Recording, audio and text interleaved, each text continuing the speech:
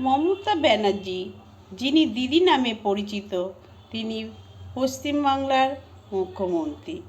জন্ম 1955 সালে 5ই জানুয়ারি কলকাতায়। ছোটবেলায় তিনি খুব সংগ্রামী এবং সাধারণ জীবনযাপন করতেন।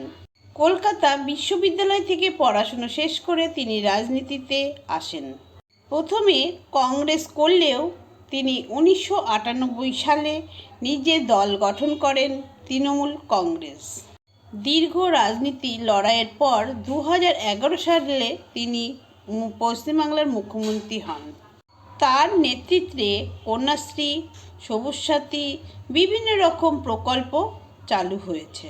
মমতা বন্দ্যোপাধ্যায় শুধু একজন রাজনীতিবিদ নয়, তিনি একজন লেখক ও চিত্রশিল্পী।